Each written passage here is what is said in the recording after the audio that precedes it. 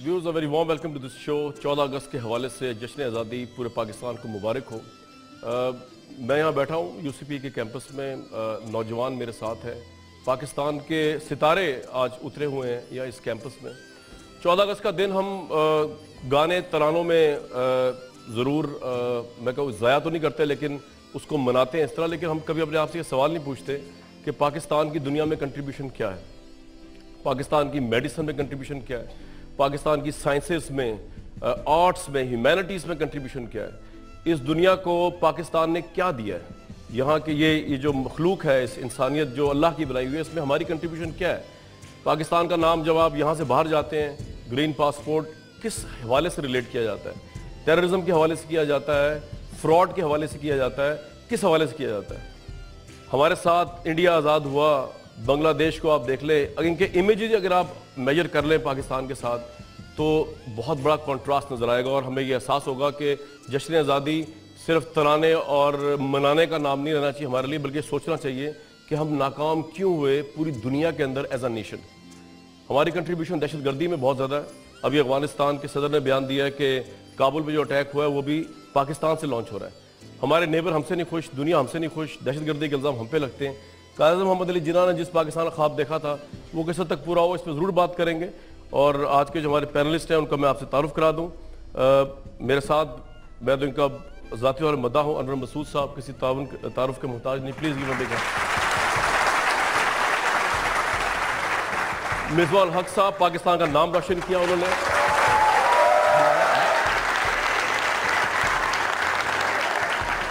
पाकिस्तान जैसी मर्दाना सोसाइटी में रहते हुए गेंद और बल्ला उठाया सना मीर साहिबा ने, इनको तो बहुत ज़्यादा। और same goes for Sabina Baig साहिबा जिन्होंने माउंटेन्स जो है अबूर किए, और ये भी पाकिस्तान जैसी पैट्रियार्कल सोसाइटी में रहते हैं। आप पहली पाकिस्तानी जिन्होंने माउंट एवरेस्ट। हमारे साथ शाहरुख हसन है, आपको गोली लगी थी सानिया पेशावर के अंदर, ये उस बच्चों में से हैं जिनकी वजह से पूरी कौम मुतहद हुई, आपको सलाम।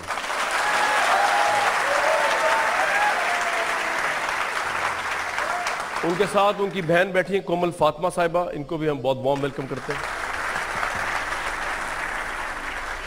अताउल्लाह ईसा खेलवी साहब है, बहुत से लोगों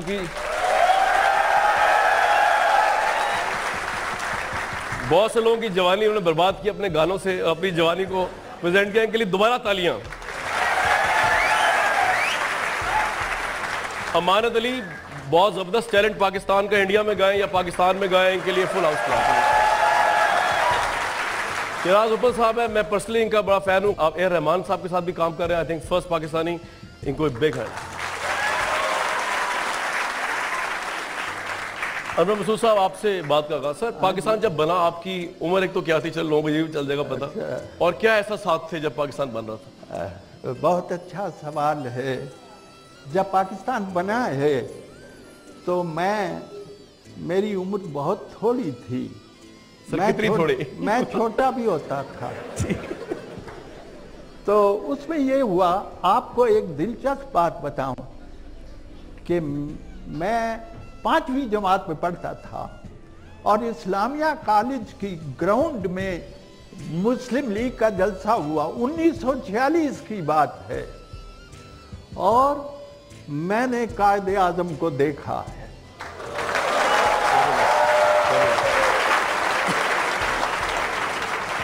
मेरे वालिद साहब ने मुझे अपने कंधों पे उठा के रखा हुआ था और मैंने देखा। अच्छा, उस जलसे की अजीब बात है कि कायदे आज़म जब कुछ तकरीर फरमा रहे थे, इतने में खाकसार तहरीक के जो लीडर थे अल्लामा इनायतुल्लाह मशरकी, वो भी तशरीफ़ ले आए। अपने जो उनके मुरीदीन थे तो उन्होंने कहा मैं भी तकरीर करूँगा। कायदे आज़म ने कहा आप मुस्लिम लीग में शामिल होने का ऐलान करें तो मेरी तरफ से इजाज़त है, वरना नहीं है। और फिर उन्होंने एक बदमज़गी सी पैदा हुई और मैंने देखा कि 5-6 रज़ाकार तलवारों के साथ कायदे-आज़म के गिर्द उन्होंने अपना घेरा डाल लिया। और फिर ये है कि मैंने उन्हें देखा कि वो जा रहे थे बिल्कुल सीधा, जैसे अलिफ नहीं होता, यानी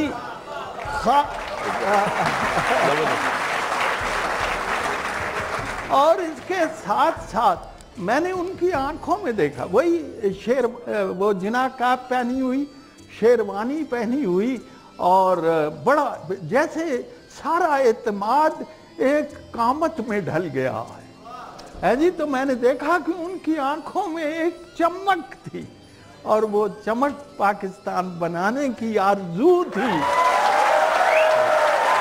सर आपने अजीजों, मेरे दोस्त हैं, एक एहसान अकबर बहुत अच्छे शायर हैं, उनका मिसरा है, ये जो 14 सदियों का इत्र है वही दिन तो 14 अगस्त है, 14 सदियों का। और फिर मैं ये भी आपको एक दिन, बच्चों ये अदद भी अजीब अजीब पुरस्कार चीज़ें हैं। पाकिस्तान जिस दिन बना है वो 27वीं रात थी, रमज़ान शरीफ की लैलतुल कद्र थी, और ये कोई नहीं जानता कि जब 1940 में मुस्लिम लीग का इजलास हुआ लाहौर में, हमने पाकिस्तान बनाने का तहिया किया, तो वो भी मुस्लिम लीग का 27वां इजलास था, ये किसी को नहीं पता। अच्छा सर, आपने कायद आज़म को देखा तो अलिफ आपने ज़हन में आई, उसके बाद आपने जे से जरदारी को देखा, फिर नून से नवाज शरीफ को देखा, वो आपको कैसा फील हुआ जब इनको देखा?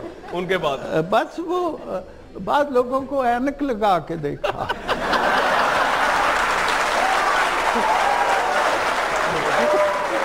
सर कायद आज़म के लिए अच्छा एक बात मैं आपकी इजाजत से कि ये है कि ठीक है, हमें जिस तरह चाइना ने बहुत तरक्की की है, दूसरे मुल्कों ने, हम बहुत पीछे फिसड्डी रह गए हैं। अब मैं आपकी तायीद करता हूँ, लेकिन ये भी तो है ना, तमाम मुसलमान मुल्कों में सिर्फ पाकिस्तान इस वक्त एक जौहरी कुव्वत है। सही बात। मैं सर आपसे इस पे बिल्कुल डिबेट नहीं करूंगा, ये बड़ा डिबेटेबल इशू है। बिल्कुल अक्सर आपके पास ठीक है। बिल्कुल साहब, आप वैसे तो बड़े सीनियर खिलाड़ी हैं टीम के, लेकिन इतने सीनियर हैं कि पाकिस्तान बनते देखा आपने? नहीं देखा पाकिस्तान बनते? जाहिर है जी, पाकिस्तान बनते नहीं देखा, लेकिन अपने सामने जिस तरीके से इन्होंने अभी पाकिस्तान के बनने का जिक्र किया है, ये ज़रूर सुना भी है और देखा भी है, तो उस चीज़ को फील कर सकते हैं लोगों की ज़बानी जिन्होंने ये देखा है, और जो हमारे बड़े थे जिन्होंने ये सारी चीज़, सारी मूवमेंट पाकिस्तान को बनते हुए देखा है, अपने असातिज़ा से, अपने माँ बाप से, वो ज़रूर सुना है। और उस चीज़ को उस तरीके से हम फील तो नहीं कर सकते, लेकिन थोड़ा बहुत आइडिया में हो सकता है। और बिल्कुल आपने जो बात की वो सही है कि 14 अगस्त के हवाले से बड़ा ज़रूरी है हमारे लिए कि हम अपना कंट्रीब्यूशन अपने मुल्क के लिए, और सबसे बड़ी चीज़ जो है ह्यूमैनिटी के लिए, तमाम ह्यूमन बींग्स के लिए हमारा कंट्रीब्यूशन क्या है, वो बड़ा इंपॉर्टेंट है, उसको सोचना और उसको देखना। अगर ये हमारा गोल होगा और ये हमारा टारगेट होगा, तो बाकी चीज़ें तो हम आराम से हासिल कर लेंगे। और यही हमारा मज़हब, हमारा दीन भी हमें सिखाता है कि लोगों के बारे में सोचना। मिस्टर साहब, आपने पॉलिटिकली चीज़ों को कभी एनालाइज किया कि पाकिस्तान में लीडरशिप का क्या ऐसा फुकदान है, या आप समझते हैं कि नहीं बड़ी अच्छी लीडरशिप है जो पाकिस्तान में वो लेवल प्ले फील्ड ही दे सकी यूथ को, कि वो इस तरफ भी सोचे कि उनकी कोई कंट्रीब्यूशन हो क्रिएटिविटी में? क्रिएटिविटी से मुराद साइंस की मैं खास तौर पर बात कर रहा हूँ। देखिए, मैं इसको इस तरीके से सोचूंगा कि सबसे पहले मैंने अपना एनालिसिस करना है कि मैं क्या कर रहा हूँ। जो कुछ हो रहा है वो मेरी वजह से हो रहा है। अगर मैं कंट्रीब्यूट नहीं करूँगा और दूसरे की तरफ फिंगर पॉइंट करूँगा तो ये मेरा कसूर है। अगर मैं अपने आप को ठीक करूँगा, मैं अपने आप को सबसे पहले एनालाइज करूँगा कि मैं क्या कर रहा हूँ, तो ऑब्वियसली ये चीज़ें सारी ठीक होंगी। आप दूसरे को शायद ठीक ना कर सकें, लेकिन आप अपने आप को तो पहले ठीक कर सकते हैं। तो अगर हम हुक्मरानों को कहेंगे कि वो ठीक नहीं है, ये ठीक नहीं है, पहले हम अपनी ज़िंदगी को डिसिप्लिन कर लें। पहले हम अपने आप को देखेंगे मैं क्या कर रहा हूँ, मैं पहले अपने आप को तो ठीक कर। लेकिन हुक्मरान भी हमसे निकल के गए। अगर जरदारी साहब पे लोग इल्ज़ाम लगाते हैं तो जो पाकिस्तान की कौम है उन्हीं को रिप्रेजेंट करते हैं ना, तो इस कौम का लोग कहते हैं प्रेसिडेंट जरदारी साहब ही हो सकते हैं। ये हमारा कसूर है, मेरे ख्याल में ये हमारा कसूर है। सब्जी वाला जो होता है ना, वो भी करप्शन कर रहा होता है अगर जितना उसका हाथ पड़ता है। एक पेट्रोल वाला वो भी मिलावट कर रहा होता है, तो फिर जरदारी साहब को तो ब्लेम नहीं किया सकता। इस कौम के बिल्कुल सही रिप्रेजेंटेटिव है आसिफ अली जरदारी साहब। मैं सबको बाईपास करके शाहरुख के पास जाऊंगा, आपने ये पता जाना भी है भी। शाहरुख बताइए, जरा शेयर कीजिए अपने एहसास जिस वक्त ये सारा वाकया हुआ, उसके बाद कौम ने जिस आपको सपोर्ट किया। उस दिन आप स्कूल में गए और आप कहाँ पर थे जब ये वाकया पेश आया? आपको गोली भी लगी जहाँ तक मुझे वो है। वाकया शुरू से पहले मैं ऑडिटोरियम में था, पूरी के 8 के सेक्शन 9 और 10 के। जी जी, हम सारे 8 ऑडिटोरियम में थे। उस वक्त तो ब्रीफिंग हुई थी फर्स्ट एड पर। Okay. After 10 to 15 minutes firing शुरू हो गई थी, हमें आवाज़। आपने टेररिस्ट को आते भी देखा अपने सामने? जी, मैं 2 टेररिस्ट को ऑडिटोरियम में इंटरव्यू देखा, उन्हें फायरिंग शुरू कर दी। मुझे लग गई थी तो मैं 2 लड़के थे उनके ऊपर मैं गिर गया था, जूनियर्स थे मेरे। रैंडम फायर कर दिया उन्होंने? जी, उन्हें रैंडम फायर शुरू कर दी, फिर एक एक करके आगे जाते गए। वो ये चेक करते कि कोई ज़िंदा है या कोई है तो सबको ख़त्म कर दो। वो ये श्योर नहीं करते कि कोई बच गया तो उसके साथ क्या किया जाए। उन्होंने खुद अपने आप को श्योर किया। आप इसलिए बच गए कि आप किसी की बॉडी के नीचे आ गए थे? नहीं, मैं ब्लीडिंग हो रही थी तो उन्हें से मुझे देखा था तो वो समझे कि आप डेड हैं? जी। राइट। उसके बाद जिस तरह पूरी कौम ने सपोर्ट किया इस वाक़े के बाद, उसके मतलब आपके क्या एहसास हैं? कौम ने तो मुझे नहीं तो पूरे स्कूल को, हम जितने भी जख्मी थे, शहीद थे, सबको सपोर्ट किया है। आपकी वजह आपको पता पूरी लीडरशिप जो डिवाइडेड थी टेररिस्ट के खिलाफ एक्शन लेने के लिए यूनाइट हो गई वो इस वाक़े के बाद। ये बहुत बड़ा सेक्रीफाइस है और सारा पेशावर के लोगों को सलूट है जनाब। फुल हाउस क्लैप होनी चाहिए।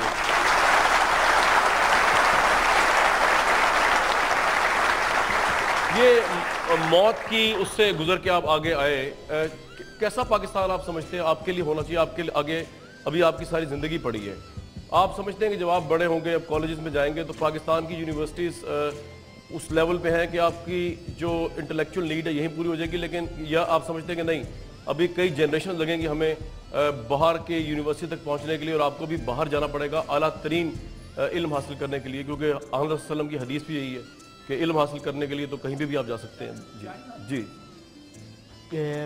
आप क्या फ्यूचर क्या देखते हैं पाकिस्तान में तालीम का? फ्यूचर अब ये है कि रियलिस्टिक बताइएगा, ये नहीं कि सब कुछ अच्छा है चल रहा है, मतलब जो आप अगर हम करते हैं। पहले से चेक करें तकरीबन बिफोर ये 2 to 3 इयर्स अगर पीछे जाएं और आज से हम करें तो बहुत फ़र्क है। अच्छा। अब आज के जितने भी हम देखें तो लड़के हैं लड़कियां वो सारे अपनी मेहनत कर रहे हैं। अगर हम पीछे देखें अपने पास को तो उसमें इतना डेवलपमेंट नहीं थी एजुकेशन। अब आप देखें तो ज़्यादा डेवलप हो रही है और कोशिश कर रहे हैं कि जितने भी स्ट्रीट में लड़के हैं लड़कियां बच्चे हैं उन सबको एजुकेशन की तरफ ला रहे हो, उनको लाइन में ला रहे हैं। एजुकेशन के हसूल के लिए अज़म आपका और ज़्यादा हुआ है। राइट। आपकी बहन? जी सर, जी जी प्लीज़ प्लीज़। वो जब ये वाकया सानेहा, इतना दिल दोज सानेहा था ये, जैसा कि कौम जानती, मैंने एक कथा लिखा था किन भेड़ियों ने इनके भंबोड़े हैं तन बदन, लगता है यूं कि ये किसी जंगल से आए हैं। हाँ जी, लगता है यूं कि ये किसी जंगल से आए, बस्तों के साथ साथ हैं बच्चों मैयतें, मकतब से आए हैं कि या किसी मकतल से आए हैं।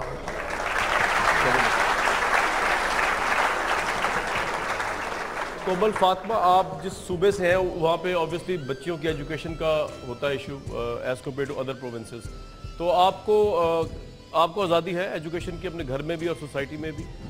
बिल्कुल मुझे आज़ादी है और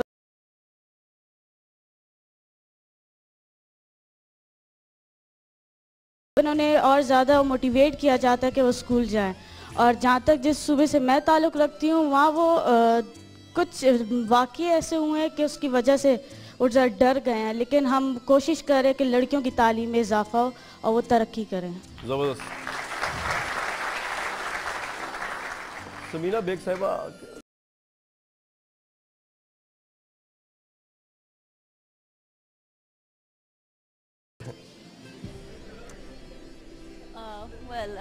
पाकिस्तान में जैसे आपने कहा कि ख़वातीन को बहुत कमज़ोर समझा जाता है और एक परसेप्शन ये भी है कि पाकिस्तान में ख़वातीन को घर से बाहर जाने नहीं दिया जाता। तो माशाल्लाह। तो आपने कहा मैं पहाड़ पे चढ़ के दिखाऊं ताकि माशाल्लाह नहीं, ये परसेप्शन तो ठीक हो, ठीक है। माशाल्लाह हर फील्ड में ख़वातीन की कंट्रीब्यूशन है, क्रिकेट स्पोर्ट्स में देखे हर फील्ड में है, लेकिन फिर भी एक परसेप्शन है। और ये स्पोर्ट्स जो है पूरी दुनिया में इसकी बहुत ज़्यादा इंपॉर्टेंस है, ये बहुत ज़्यादा इसकी अहमियत है अगर आप बाहर के ममालिक में देखें। और मेल एंड फीमेल दोनों क्लाइम करते हैं, लेकिन अनफॉर्चुनेटली हमारे मुल्क में इसको मेल डोमिनेटेड स्पोर्ट समझा जाता है। सही। और हमने कहा कि ठीक है, पाकिस्तानी ख़वातीन हर फील्ड में है, ये एक ऐसा स्पोर्ट्स है जिसमें पाकिस्तानी ख़वातीन मिशन है, जो हमारा मकसद है, to empower women, to encourage youth. ये कितना अर्सा लग गया था, कितने दिन लग गए थे माउंट एवरेस्ट पे चढ़ने के लिए? माउंट एवरेस्ट का जो एक्सपीडिशन था टोटल हमें 2 महीने लगे। 2 महीने? लेकिन इसकी प्रिपरेशन के लिए पूरा हमें 1 साल लगा। अच्छा। तो कोई भी शख्स 1 साल की ट्रेनिंग से कर सकता है, ये भी खास, जैसे हर शख्स शायद वसीम अकरम नहीं बन सकता?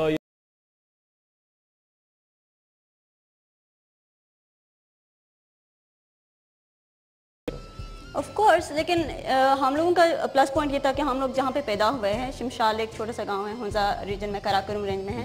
तो उसकी जो हाइट है वो 3300 मीटर्स है। तो वो एक प्लस पॉइंट था, क्योंकि हम लोग जेनेटिकली माउंटेनियर्स हैं। और डेफिनेटली अगर आप ट्रेनिंग करेंगे मुख्तलिफ किस्म के मेंटली फिजिकली जो टेक्निकल जो ट्रेनिंग्स आप लेंगे तो ऑब्वियसली आप कर सकते हैं। ज़बरदस्त।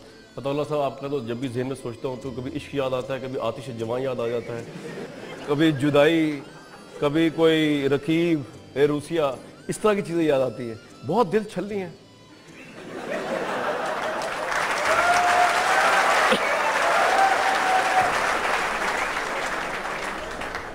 साहब ने कमीज काली पहन रखी है।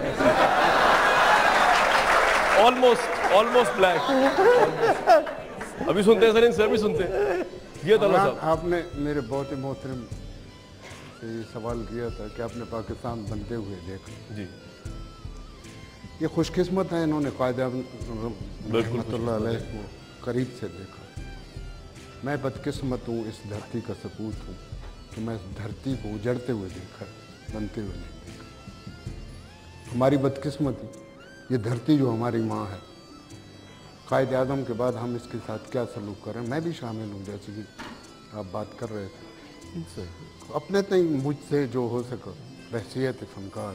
नहीं, वो तो आपका सर कंट्रीब्यूशन, नो डाउट। हर वक्त का हंसना तुझे बर्बाद न कर दे, वाह। तन्हाई के लम्हों में कभी रो भी लिया कर। ओहो सर, ये दिल छलनी है। अभी वो एल्फी नहीं मिली जो आपके दिल को भी जोड़ दे। मैं तो ये हिसाब लगा रहा हूँ, बहुत दर्द। अभी ऐसी एल्फी इजाद ठीक। तो सर, ये दर्द को आप लेके आए आपकी, मैं तो बचपन से आपके गाने सुन रहा हूँ। कामरान, बेसिकली तो ये अल्लाह की जानिब से वो जिस तरह शेर सर फील इंसान करता है तो दर्द निकलता है। अल्लाह ने जो चिप डाली है गले में, इसको मैं लाख बनाऊँ। अब कमीज तेरी काली में रोने वाला कौन सा आंसर? लेकिन उस पे भी नहीं, वो जो था वो कहीं से डोली उठेगी, सितारों में मांग सजेगी। मैं ऑन द रिकॉर्ड ये बात कह रहा हूँ, और सबूत भी है मेरे पास, क्योंकि आजकल सबूतों का रवाज है, बहुत सबूत मांगते हैं लोग। तो मेरा गाना है, इधर जिंदगी का जनाजा उठेगा, उधर जिंदगी उनकी दोस्त, उस पे लोग नाचते हैं। और आपका दिल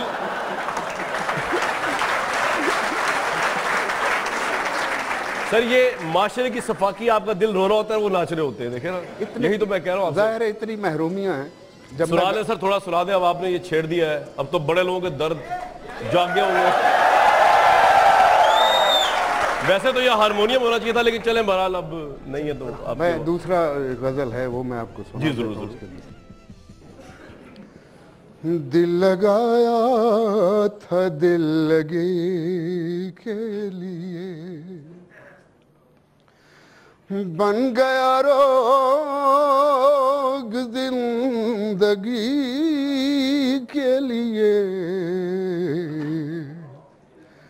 दिल लगाया था दिल लगी के लिए,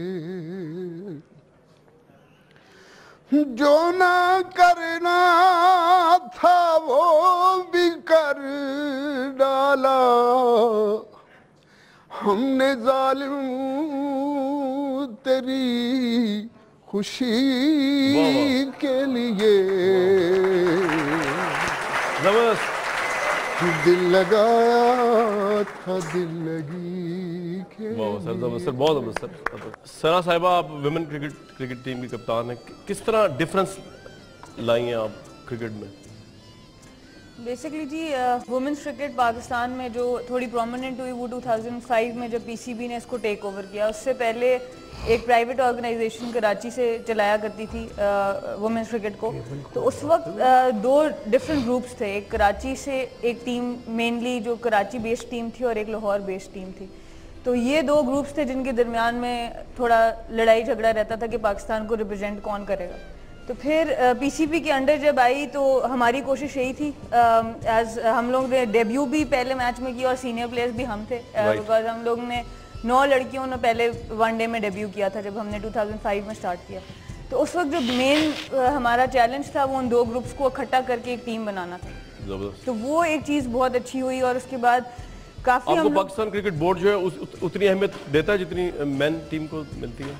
देखें जी, इसमें डेफिनेटली इम्प्रूवमेंट आनी चाहिए, मज़ीद आनी चाहिए, पर मैं ये ज़रूर कहूँगी कि इस वक्त हम जहाँ पर हैं, अगर पाकिस्तान क्रिकेट बोर्ड भी हमें सपोर्ट ना करता तो हम यहाँ तक नहीं पहुँच सकते। ज़बरदस्त। और बाकी जब मैं ख़ास तौर पे बाकी स्पोर्ट्स के लड़कियों से ख़ास तौर पे जब मैं बात करती हूँ तो उसके मुकाबले में पाकिस्तान क्रिकेट बोर्ड जो ऑर्गेनाइजेशन है उसने वुमेंस क्रिकेट को काफ़ी सपोर्ट किया।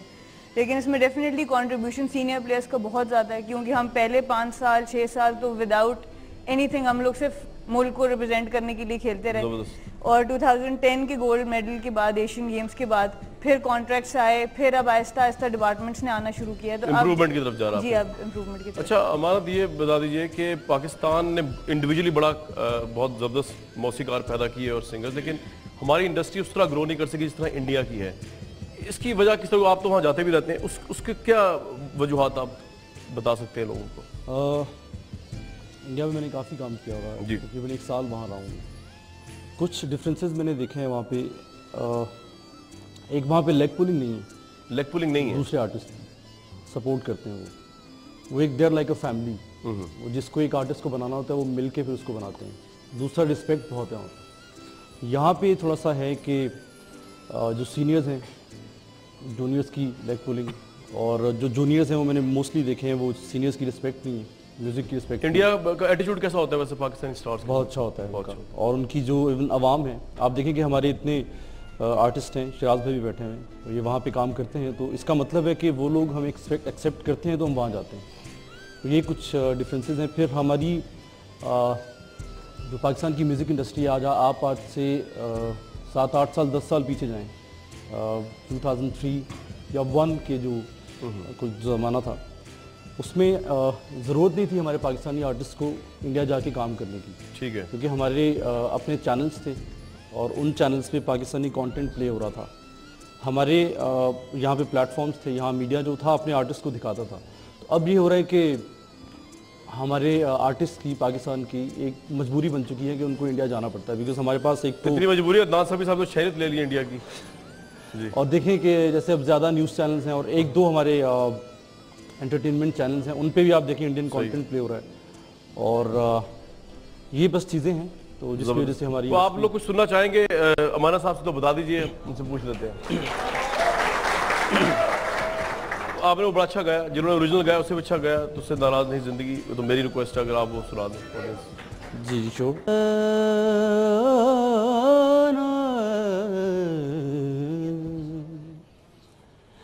तुझसे नाराज नहीं जिंदगी, हैरान हूँ मैं, हो हैरान हूँ मैं, तेरे मासूम सवालों से परेशान हूँ मैं, ओ परेशान हूँ मैं, जीने के लिए सोचा ही नहीं, दर्द संभालने होंगे,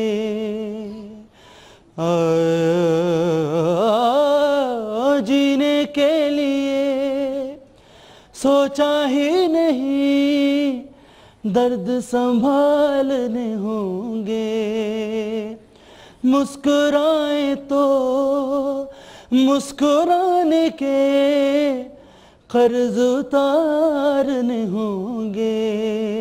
हो मुस्कुराऊं कभी तो लगता है जैसे होठों पे कर्ज रखा है, तुझसे नाराज नहीं जिंदगी हैरान हूँ मैं। ओ परेशान हूँ मैं। बगैर म्यूजिक के बहुत जबरदस्त। ब्रेक के बाद हम आ रहे हैं वापस। Take a break.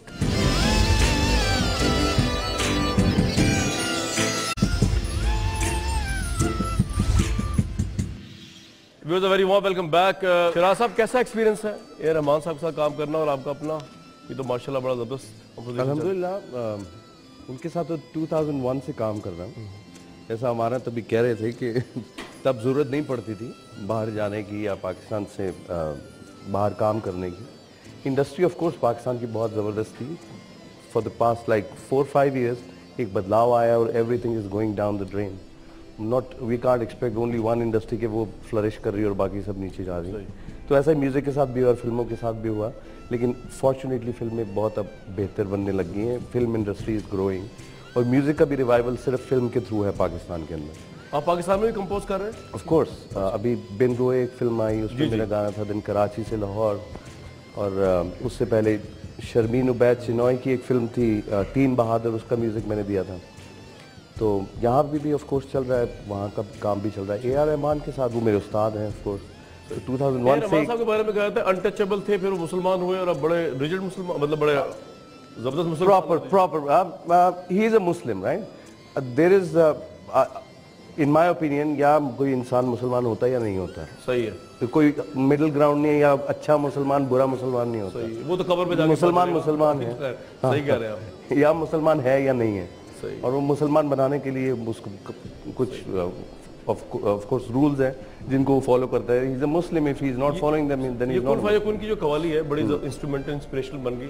ये आइडिया और उसकी इंस्पिरेशन क्या थी जो बनाया गया ये? एक्चुअली इसको ओरिजिनली इस गाने को जब जो फिल्म वाला वर्जन था मोहित चौहान ने गाया था इसको। Okay. I was in US back in 2012, तो वहाँ पे वन वर्ल्ड पीस कॉन्सर्ट हो रहा था जिसमें टॉप सिंगर्स थे from across the globe, right. Dave Matthews, Natasha Bedingfield, you name it, and they were there. तो he asked me to perform कुन फयाकुन एंड ख्वाजा, मेरे ख्वाजा with him उस स्टेज के ऊपर, right. उन सब के साथ। तो वहाँ पे उनके साथ गाया था, तो ज़्यादा लोग ऑफ कोर्स उसकी फॉलोइंग बहुत ज़्यादा थी उस वाले इवेंट की। ग्लोबल इवेंट था तो लोगों ने उसको फॉलो ज़्यादा किया। तो लेटर प्रोग्राम में अगर आपसे रिक्वेस्ट करूँ तो सुना देंगे उसको? I am having it really bad throat, ये रास्ते में यही बोलता आ रहा था, but I will definitely sing it. जैसे भी आपको मैं थोड़ी देर में रिक्वेस्ट करता हूँ।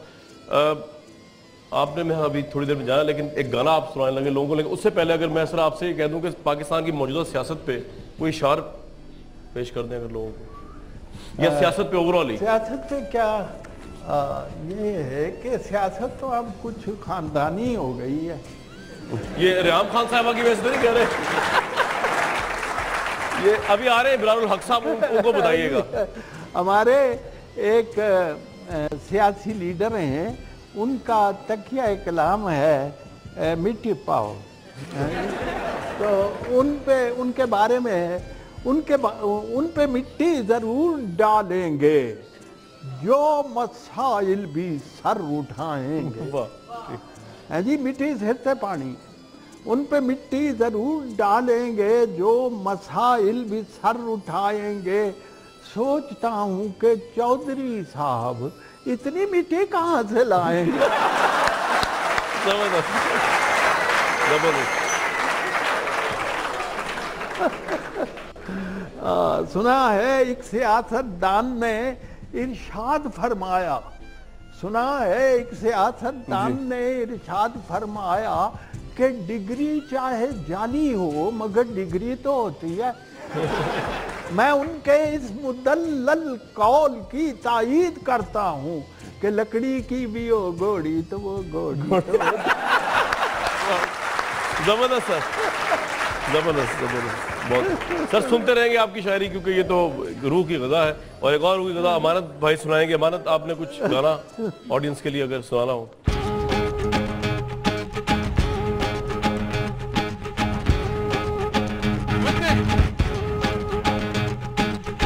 किस्मत की ये बाजी है, हमको है बढ़ते ही जाना।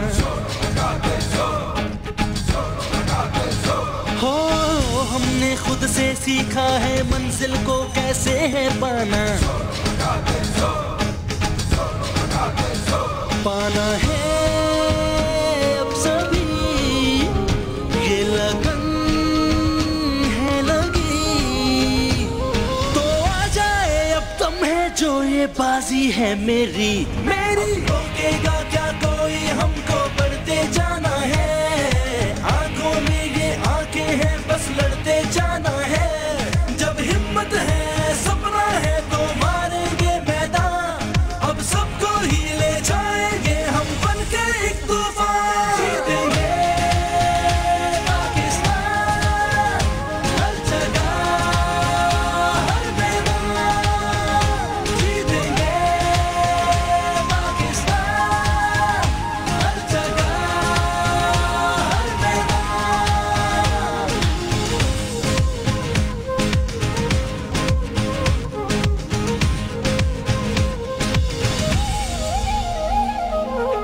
आंखों में ऐसे तेरे ख्वाब सजाऊं, दुनिया से आगे तेरा नाम मैं लाऊं। तेरे ही जज्बे हैं मेरी रगों में, तेरी ज़मीं पे आसमां ये सजाऊं। तेरे हैं हम सभी, आए हम क्यों कभी, तो आ जाए अब दम है जो ये बाजी है मेरी। रोकेगा क्या कोई, हमको बढ़ते जाना है। आंखों में ये आंखें हैं, बस लड़ते जाना है। जब हिम्मत है, सपना है, तो मारेंगे मैदान। अब सबको ही ले जाएंगे हम बन के एक तूफान। जीतेंगे पाकिस्तान, हर जगह हर मैदान।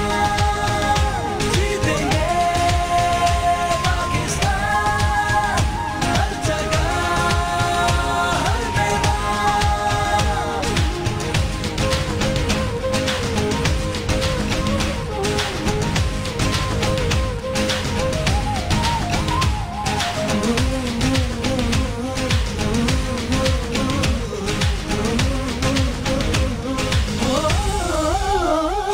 एक तेरी जीत दुआ है, लब पे सबके हाथ उठे हैं। तेरी शान को बढ़ते देखे सबके नैन बिछे हैं। हम पाकिस्तान, सब पाकिस्तान, मेरी धरती मेरा ईमान। तो आ जाए अब दम है जो ये बाजी है मेरी। रोकेगा क्या कोई, हमको बढ़ते जाना है।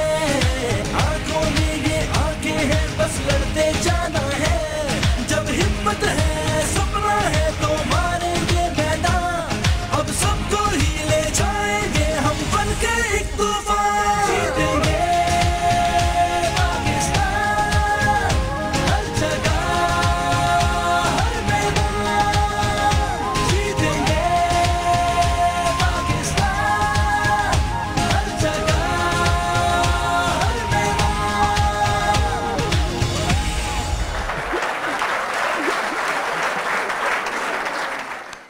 व्यूअर्स, एक वक्त एक ब्रेक का, वापस आते हैं और हॉल को ओपन करते हैं। ऑडियंस सवाल पूछेंगे अपने फेवरेट स्टार्स से। कहीं जाइएगा मत, मतलब नहीं, चले जाइएगा जहाँ जाना है आपने, लेकिन ब्रेक के बाद हम आ रहे हैं वापस। Take a break.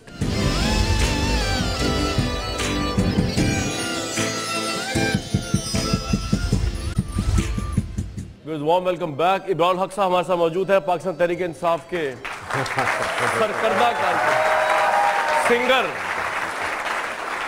सर कैसा एक्सपीरियंस जा रहा है आजकल पाकिस्तान तहरीक इंसाफ का? बड़ा अच्छा, अल्हम्दुलिल्लाह, जबरदस्त। अब तो घर में तब्दीली आ गई है।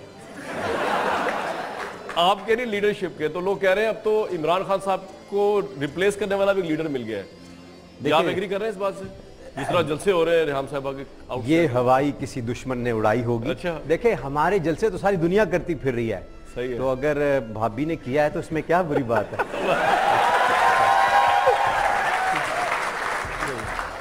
आप कुछ इनके हवाले से वाकया सुनाना चाहते हैं इससे पहले कि मैं ऑडियंस से कहूँ? अजीजान मन, कंट्रोवर्शियल तो नहीं है कुछ ज्यादा? नहीं, कोई कंट्रोवर्शियल नहीं। अजीज स्टूडेंटों और स्टूडेंटियों, अबरार के आने से माशाल्लाह हमारी महफिल महक उठी है। तो मुझे याद एक वाकया है और वो मैं ज़रूर बताना चाहता हूँ अबरार के आने पर कि मेरा एक ऑपरेशन होने वाला था, मुझे खून की ज़रूरत थी। तो अबरार ने अपने आप को ऑफर किया कि मैं एक बोतल खून दूंगा। माशाल्लाह ये इसकी मोहब्बत है कि इसने वो खून दिया और इत्तेफाक ये है कि वो खून की ज़रूरत पेश नहीं आई, वो खून मुझे लगा नहीं। अगर लग जाता तो मैं भी आज बिल्लो का घर ढूंढ रहा हूँ।